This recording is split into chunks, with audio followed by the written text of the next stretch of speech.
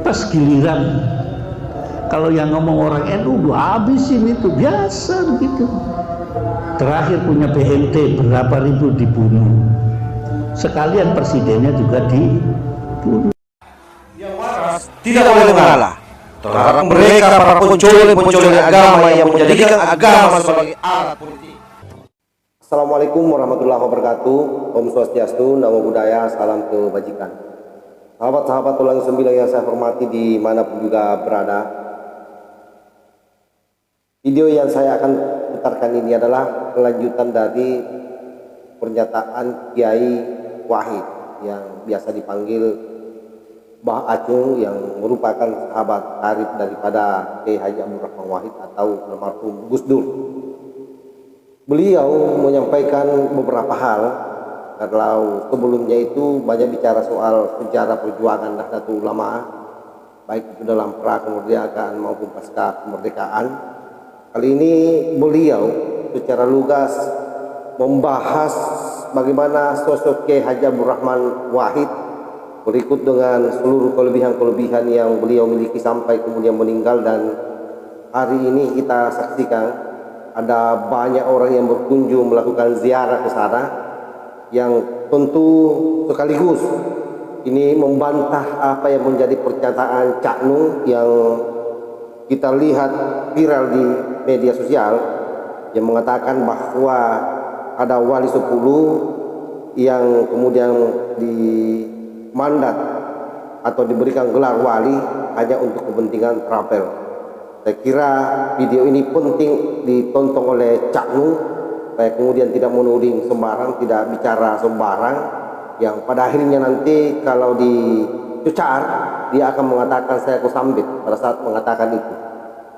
Hal lain yang dibahas oleh beliau adalah bagaimana keberanian dari Gusmus pada saat satu abad Nahdlatul Ulama yang dengan gagah berani membacakan deklarasi rekomendasi penolakan terhadap khilaf. Beliau juga menyampaikan bahwa sesungguhnya Kiai Mustafa Bisri itu memiliki kemampuan yang sama kurang lebih dengan Gus Dur, hanya katanya bedanya kalau Gus Dur itu sangat berani. Dan Abah Acung mengakui bahwa ternyata Gusmus juga hari ini tampil dengan gagah berani yang selama ini beliau tidak miliki saat Gus Dur masih hidup. Selain itu, Abah juga menjelaskan secara detail seperti apa sebenarnya penggunaan dan abadi umat yang hari ini berpolemik dan NU dituding lagi ikut terlibat di situ untuk menaikkan dana haji. Tentu informasi-informasi seperti ini sangat penting dan pemaparan yang begitu mengalir karena beliau memang adalah pelaku, maksudnya orang yang selama ini banyak bergaul, bertemu, berdiskusi dengan Gus Dur, dan bahkan beliau juga adalah santri dari Ireng, hingga memang menjadi sangat pas kalau beliau membahas soal sosok Kiai Haji Abdul Rahman Wahid dengan berikut seluruh orang-orang yang dekat dengan Gus Dur. Kita simak videonya secara bersama-sama. Sekarang makanya ziarahnya diatur jam 4 sore sampai jam 8 malam, jam 4 malam subuh sampai dengan jam 8 malam, ya sampai jam 8 pagi, pokoknya 4 jam 8 jam lah istirahatnya. Bukan apa-apa, asalnya tuh usulannya itu gini, baru seminggu 2 minggu air habis ketika itu. Ngadulah pengurus pondok kepada keluarga Gus Dur, suratnya saya terima. Krisis air kalau begini caranya. Lah berapa bus itu yang datang berang dari depan, dari belakang, dari depan, dari depan. Rata-rata orang tahlil setengah jam, ya kan? Pirang bus itu. Ya iya kan. Apalagi tahlilnya komplit pakai ngereng-ngereng. Ada yang nggak ngereng-ngereng di sana. Saya kalau masih jadi santri kita tepel gitu orang begitu. Akhirnya habis itu rebutan sama santri, maka diatur. Udah hancur-hancuran itu tadinya tuh, masih belum dibikin seperti sekarang enak. terang benderang, masih rungket gitu. Bikinlah Tebu Ireng punya tanah sekitar 15 hektar, maka dibuat tempat parkir. Sekarang pakai tempat parkir. Dulu masuk dari kanan terus ke kiri langsung ke sawah kan. Itu sawah itu tebu tadinya itu. Masuk ke sana. Pemda lapor, ikut-ikut pengen seperti siapa? Pokari itu apa? Ponari gitu kan, ditarikin retribusi satu orang 3.000. Wah ya sugih gitu kan. Kita rame-rame marah, ngapain sih Pemda urus-urusan, katanya nantinya saya ini, saya itu, saya ini, saya itu kan. Nah yang bupatinya itu kan saudaranya sendiri gitu, anaknya Ki Wahab Hasbullah. Nggak jadi itu kan, ngapain sih, biarin saja. Sekarang kebingungan, 1 tahun sih hampir kalau bikin pondok jadi itu. Nggak tahu tapi pengelolaannya bagaimana, saya nggak ikut campur. Ada ngomongnya 5 triliun, ada yang ngomongnya 5 miliar, bodoh amat gitu. Yang penting bisa pegawainya digaji rapi, jalanan nggak rusak. Yang kemudian kepada tetangga-tetangganya supaya tidak lagi seperti minggu pertama, minggu kedua dan sampai 40 hari nyekek tadinya itu. Dikiranya Gus Dur nggak akan terjadi seperti itu. Malah ada cerita mitosnya lagi. RW protes untuk kan keberbegen itu orang itu. Dari setiap gang masuk orang mau ziarah itu kan. Kalau sekarang kan dari belakang semua. Dulu kan setiap gang itu. Tebu Ireng gang 1 sampai Tebu Ireng gang 5. Masuk semua. Wah, terus dari belakang dari depan. Protes yang namanya RW. Saya seminggu kemudian ngikut Gus Dur RW-nya. Rame lagi tuh. Ngikut Gus Dur katanya. Ya jadi omongan orang gitu kan. Saya datangin orang-orang yang itu kenal saja semua itu yang di samping-sampingnya itu orang jualan. Semua sudah lupa dengan saya itu kan. Oh iya ini. Sampean iku sapa? Aku itu santri sing alim dhewe itu gitu. Ngaji aja pegawaiannya. Ngaji apa merusak barangnya wong. Itu akhirnya berjalan dengan baik dan sekarang sudah baik kan. Apalagi sekarang ada usaha mau mencuri maesannya yang kan giok itu sekarang pakai. Itu sudah diincar aja itu. Wah anak ini kalau ada iya terjadi giok tak parani tak edel-edel itu. Mahal kan itu, dari hadiah dari Mister Cungki siapa gitu. Pokoknya Shaolin itu dari apa yang gundul-gundul itu. Dari perguruan silatnya orang Cina. Nah, Shaolin gitu kan. Tuh, pernah datang ke situ satu pesawat saya yang mimpin. Satu pesawat ada 500 berapa begitu kan.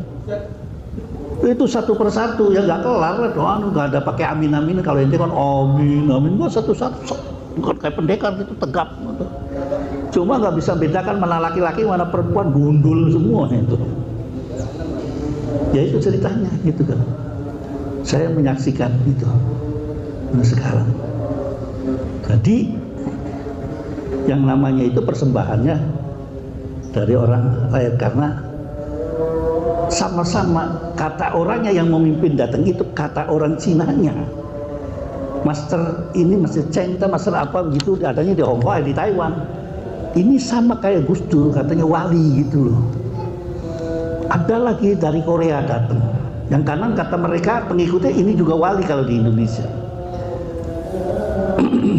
Kan ada Santo. Santo itu wali, orang suci itu Santo. Itu sain gitu kan. ST di Cinanya kan ada anunya kan ada kan di Katolik itu ST Santo.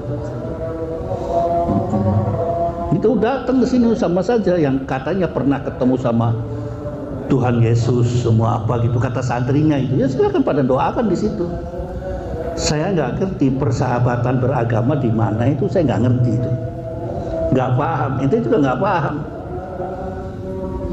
Padahal Gus Dur sering ngomong ketika duduk bareng antara dia kemudian beberapa biku-biku termasuk Ibu Gedong.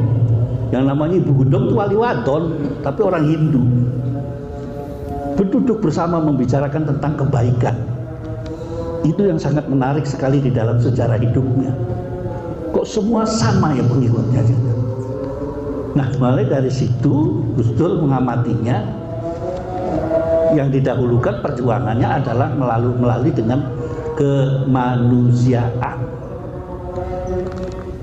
Kemarin sangat menarik sekali dikatakan tentang masalah peradaban. Anda yang selaku sebagai Nadien harus mempelajari apa sikap kita dengan abad yang kedua itu. Apakah masih akan lewat digentak sedikit mingkem? Itu berani sekali itu Gus Mus.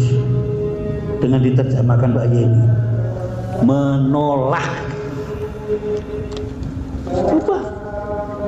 Sebagai seorang teman sama saja gitu. Berani itu Gus Dur. Itu jelas-jelas. Nah, itu sih pada melihatnya aja sih begitu kan. Coba disetel lagi itu. Kalau ada saya radio, menteri itu disetel lagi itu. Apa yang terjadi kemarin itu di Sidoarjo. Apa yang disampaikan oleh Gus Mus. Mulai berani sekarang Gus Mus mengatakan dulu beliau itu ngomong di mana-mana, saya itu sebetulnya ilmunya sama dengan Gus Dur. Cuma bedanya kalau saya tidak berani, kalau beliau berani. Sekarang Gus Mus sudah berani. Itu suatu saat kalian ditari itu rekamannya. Nah, nanti diputar lagi apa yang disampaikan oleh Gus Mus. Udah jelas itu, sedunia mengakui semua. Yang lain sih biasa kan ngomong, kalau tidak ada NU maka tidak ada kemerdekaan, dibilang sombong. Ada bukan NU, bukan apa, ngomong ini Fatayat, nak Fatayat begini. Fatayat kok kudungnya biru gitu. Ada lagi Fatayat kudungnya goyong pink. Dari mana ceritanya? Orang bisa goreng orang NU tuh pinter bener gitu kan. Terus dihubung-hubungkan lagi NU dengan Menteri Agama, dengan Wapres tentang haji. Seakan-akan yang mencelakakan, yang membuat naik harga haji itu adalah orang NU. Padahal potongannya itu adalah di situ menjelaskan dana abadi itu dikelola dijadikan sukuk atau obligasi. Bahkan asalnya kan diem, nah dari manfaatnya itu bukan bunga ya, pakainya manfaatnya itu diserahkan lagi kepada kepentingan haji. Nah manfaat ini itu kan karena baru ketahuan dijadikan manfaat baru berapa tahun. Yang tadinya blang aja nggak karuan. Ributnya duit haji dipinjamkan ke Jokowi buat infrastruktur. Padahal bukan begitu caranya, beli sukuk pemerintah atau obligasi pemerintah tempatkan harta diputar dan dibikinkan. Ya cuma karena ekonominya begitu ributnya, bisa gitu kan. Diambil manfaatnya. Sekarang tuh manfaatnya jadi sebetulnya dari dulu itu sudah nggak cukup haji itu dengan harga 20 juta. Pernah ibu saya itu waktu itu 5 juta. Nggak cukup sebetulnya. Cuma modelnya kayak MLM gitu loh. Nah, yang baru buat bayarin yang lama. Begitu modelnya, nggak tahu sekarang kebuka. Enggak, gitu kan. Ketahuan kan akhirnya bahwa dananya tidak cukup. Nanti dilihat presentasi kita ngelihat tanggal 14 Februari kita lihat bagaimana ceritanya. Begitu. Pas giliran kalau yang ngomong orang NU udah habisin itu biasa begitu.